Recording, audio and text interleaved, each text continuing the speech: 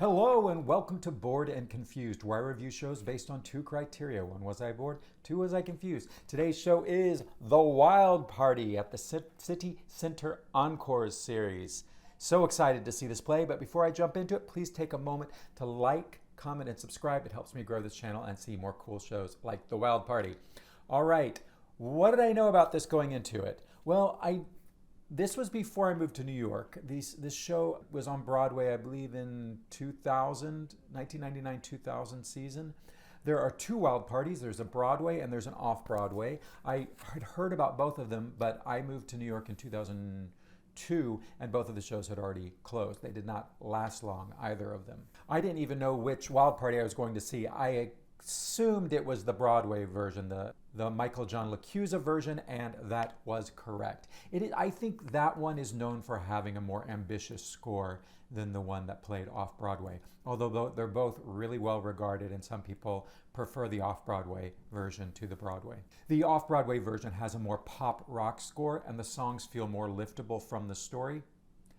And also the off-Broadway one focuses more on the love triangle, the four characters, Queenie, Kate, Burrs, and Black. Whereas the Broadway version spends a lot of time, it kind of spreads its time across all 14 or 15 characters that are here at the Wild Party. So going into this, although I didn't know the show, I remembered that Mandy Patinkin was in it, Eartha Kitt was in it, Toni Collette was in it. She actually was a replacement because originally Vanessa Williams was supposed to play Queenie, but she got pregnant and had to drop out. So I remembered all this about it. I saw the Tony Award clips, so I knew a little bit about the show. And of course, because it was Encores, I knew that the orchestra would be on stage, that the focus would really be on the music, that the sets and the costumes might be minimal. Although I have to say, they were not very minimal for this production. They really went all out.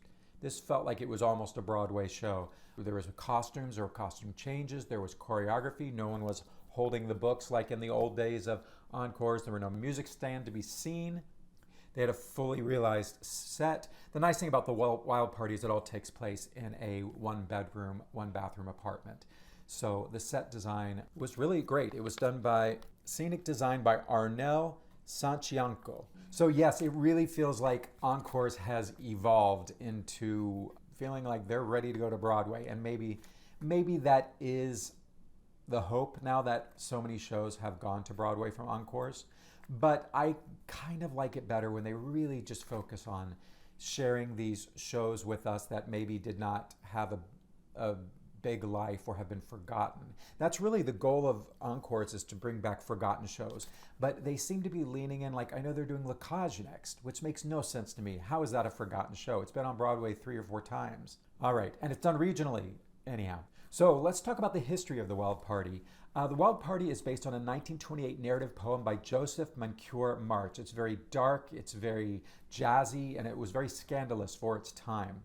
In 1992, as I mentioned, 2 composers adapted it. The Broadway version was by LaChiusa, and the off-Broadway version was by Andrew Lippa. LaChiusa's version opened on Broadway, and it got some strong critical respect, especially for the ambition of it, the complexity of it, and the music. But the show did not last long on Broadway, and I kind of get why. The show is very dense. There's 37 songs in this 2-hour show. And I don't know if it was done without intermission on Broadway. This was done without intermission, which I actually really like, because it's a party that just keeps going and going. They don't get a break. Why should we get a break?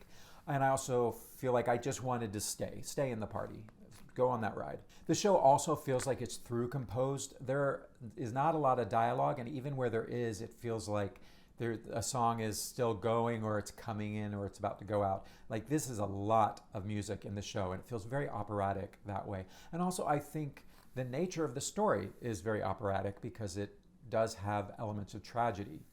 But the criticisms of the show when it opened on Broadway was that it was emotionally distant, that the characters were hard to connect to, and that the structure didn't really give you enough payoff. And sitting and watching the show, I understood all of those criticisms. The great thing about seeing an encore show, though, is the criticism is less about, is the show good or not? Because the whole point of Encores is to do these lesser known shows. It's about, did Encores do a good job of representing the material so that we could see the positives, especially about the music. And absolutely, this production of The Wild Party the music sounds fantastic. The singers are top notch.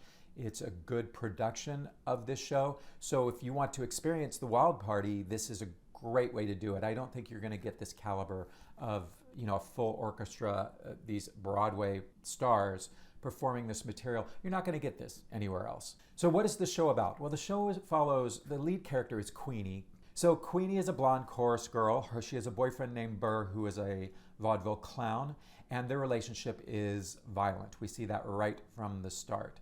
Queenie especially is feeling unfulfilled. She's feeling anxious for something. So they decide to throw this party in their apartment and invite a bunch of their theater friends. We've got chorus girls, we've got a stripper, a playboy, we've got a sibling act who have a kind of incestuous relationship. We've got a boxer who married one of the chorus girls, an interracial marriage. You've got a gigolo, and you've got these producers who are moving from vaudeville to uptown to Broadway. And over the course of the night, there's sex, there's jealousy, there's drug usage, and there is self-destruction. And it all builds towards things just spiraling completely out of control, which is fun. So let me start with the positives. The cast is great. Jasmine Amy Rogers, we know her from Betty Boop. She's also in Spelling Bee right now. Took a break so that she could do Wild Party. She's great in this role. She's a true triple threat. She dances the house down. Her singing is great. She has such a voice that's so good for lyrics. It's got a brightness to it that you really understand every word she says.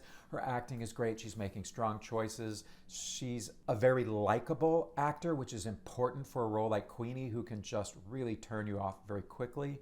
As Burr, I saw the understudy, Curtis Bannister. I don't know why this guy who normally plays it, he was not there, but Curtis was great. He didn't miss a beat. I don't know if he'd done the show before this because I didn't see any slip-ups. He was great. It felt like he'd maybe done this before. Maybe that's why he's an understudy. He's that good. I thought he was really great. My biggest qualm is he looks like a bodybuilder. He's got a huge muscular gym body, and I was just like, this guy's a vaudeville clown. I'm thinking of Brian Darcy James and Mandy Patinkin, who played the roles off-Broadway and on Broadway, respectively. As Kate, we've got Adrienne Warren, who just is a great actor, singer, and I thought, had great presence in this role. No complaints there.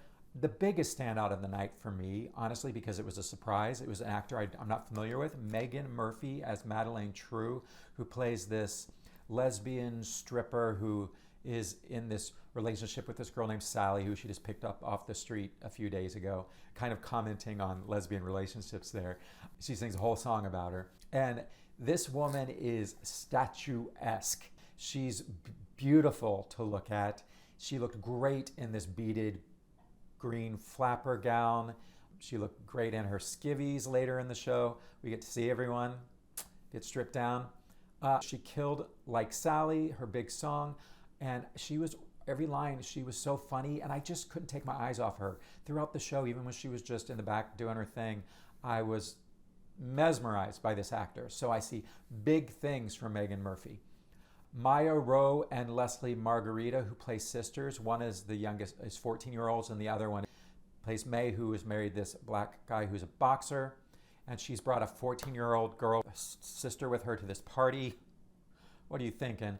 But both of them were very funny. And rounding it out, we have Tonya Pinkins in the role of Dolores Montoya, the seasoned actress who has been at this business for a long time and is trying to make her return to Broadway. This role was played by Eartha Kitt in the Broadway production. And interesting note, Tonya Pinkins played the role of Kate in that same production. So great to have her come full circle and play Dolores in this production. And I thought she was great. She brought the presence and she looked fantastic in her costumes. I had no trouble believing that this older woman could seduce these young producers. With Tonya, I was like, yeah, she looked so good. So across the board, excellent cast.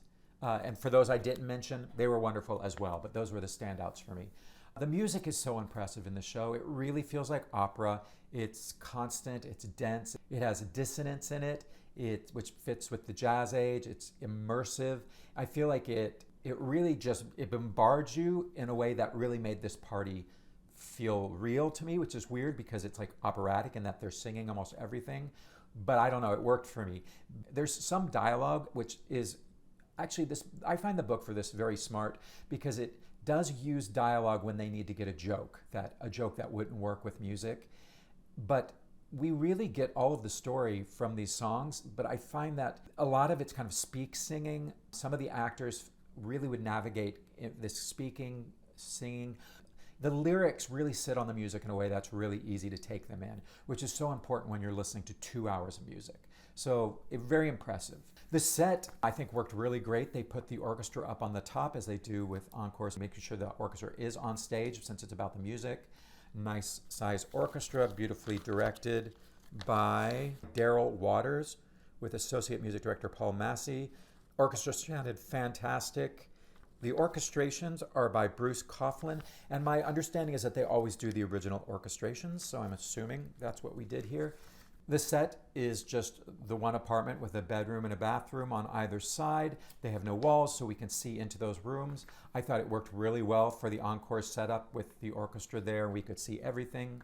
This show really worked well for encores because it all takes place in one setting. And then when they go out in the fire escape, Queenie and Black went up onto the roof, basically, where the orchestra was and sang their beautiful duet up there. All right, I'm going to get into some of my negative thoughts about the show, but also about this production, mainly about the show. So this isn't a reflection on the Encore's production of what is a flawed musical. So the reason this show struggles for me is traditionally a musical has one character who has a strong want and they're likable and we want them to get something. And even when they're not likable, like a Mama Rose is a big example, they still, we like their drive. We like something about them that we can root for. And it's Queenie and Burr, just in the opening scene, they're violent. They're not nice to each other. They don't seem like good people. They are self-destructive. Everyone is self-destructive. And so it's no one really has a clear want other than we want to have a party. And we're like, okay, well, it's hard to root for because it's happening. It's great, have your party. And so what ultimately happens is when things turn very dark and tragic, when a gun comes out, I'm like, I don't care who gets shot because I'm not invested in any of these characters. And any one of them, it could die. And I'd be like, okay, that's a good ending to this story because they're all terrible people. So that's just the nature of the show. So, the way they try to make up for that is they have 14 characters come in. Let's count them.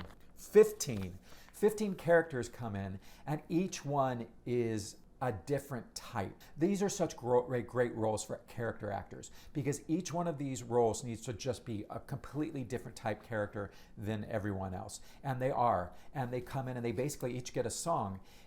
But what happens is I'm interested for the first half of the show. The first half of the show is people coming into the party, introducing themselves with a song. And I'm on board for all of that because we're meeting these fascinating characters. But then what happens for the second hour of the show is that's when the plot takes over, and that's where it loses me because I don't care. I'm not invested in any of these characters. And because we've got 14 characters, we're not really able to dive into the backstory of any of them. And then we've got a character like Kate and Black who show up late. Kate, I understand a little bit more, although she supposedly has some ulterior motive that's hinted at, but I never understood what her ulterior motive was and why she came to the party. And she brought this gigolo Black with her. I really don't know anything about Black other than he's a gigolo. And he's supposed to be in the love triangle, our other love interest. We're supposed to be rooting for Queenie and Black. And yet I feel like Queenie is just destroying herself and I don't know who Black is and what he really wants. He's such an enigma. So that becomes the problem with the show. It's more style and feel and beautiful costumes and this seedy party and drug usage, and it's sexy and it's dark. That is really interesting. You feel like you're a fly on the wall of just watching these people destroy themselves. But after a while, you're just like, okay, I'm not emotionally invested. So here's just some storytelling issues that I found confusing. Burr is violent from the start. He's violent in the first scene. And so when Dolores tells Queenie to watch out for Bert because he's been violent in the past, Queenie doesn't believe her, and I didn't understand that because everything that Dolores says tracks based on what we as an audience have seen of Burr so far. As I mentioned with Black, Queenie and Black are so underdeveloped, their emotional, what they want, their dreams, that their love story really doesn't feel like it's going to last. It feels like they're both drunk and they're hooking up. And so when Burr gets jealous, it's like, why are you jealous? Burr talks so much about how Queenie has slept with everyone and she's a big whore and she's a big slut. So I found it very surprising when Burr gets jealous that she's being a big whore and a big slut and flirting with everyone. He knows that's who she is. He knew she was going to do this at the party. So then why is he so surprised and so upset when she's behaving exactly like he said she would behave? This is a little pet peeve of mine. I feel like sometimes there's dialogue, and this is a case of the character of May. She refers to herself being fat, that she's shaped like a champagne bottle, skinny at the top, fat at the bottom. And there's a couple other comments she makes about having lost her figure since she was in the chorus, and she gave it all up. But the person playing her, who I thought was really funny, Leslie Margarita, is a skinny mini. So I'm fine with cast Leslie, but can we call up the book writer, they're still alive, and say, can we change these lines? Or cast someone who's shaped like a champagne bottle. The same thing happens with Nadine, May's younger sister, who's 14. Clearly she's not 14, and she wasn't. There is a line where the stripper, who is a very tall, statuesque woman, but she comments about her being a midget or a dwarf or something, probably not PC term that they use in that time period. And I was like, well, she's clearly not 14, and she's as tall as her sister May. So for me, I was like, cast someone who's 4 feet tall. If you really want us to buy, and it is important that she's seen as a 14-year-old. It's very important to one plot line. So although I thought this actress was hilarious, her name is Maya Rowe, I just really needed someone short. As I mentioned with Burr being super muscular, he was not the only one. These guys are not skipping the gym one day. And when I see these pumped up gym bodies for characters that would not have bodies like that in this time period, because I think of the 1920s, even like the strong men, the muscular men, did not have the ripped, visible ab, perfect Greek statue bodies that we see nowadays. So when you've got 3 or 4 characters and then they take their shirts off, I get pulled out of the show and I go, oh wow, he goes to the gym. He probably has a trainer. It pulls me out of the story. And it's a trend I see with Broadway bodies. Everyone has to have these incredible, crazy bodies. Sure, if they're the chorus dancers and it's a sexy number and that's the point, but I don't know, it pulls me out every time. So kudos to these beautiful bodies, but it pulled me out. And there's a moment of sexual assault in the play that, for my taste, happened way too quickly. It came out of nowhere and it lasted seconds. And I wanted, in the course of the song, I wanted to see the seduction happening. I wanted it to amp up so that as an audience we could go like, oh no, no, no, no, no, no, no, no, no, no, instead of just, oh my gosh, what just happened? Didn't like the way that was staged at all. But again, these are nitpicks. A lot of these are more about the source material, which you can't change. For the most part, I really, really enjoyed seeing The Wild Party. So, wrapping it up with, was I bored? Wasn't bored in a sense of I was checking my watch or I really felt like I wanted to leave, but my interest definitely declined after the first hour. After everyone had been introduced and we got into the narrative, and there's not much of one other than Burr is jealous of Queenie, Kate is jealous of Black, everyone's jealous of each other.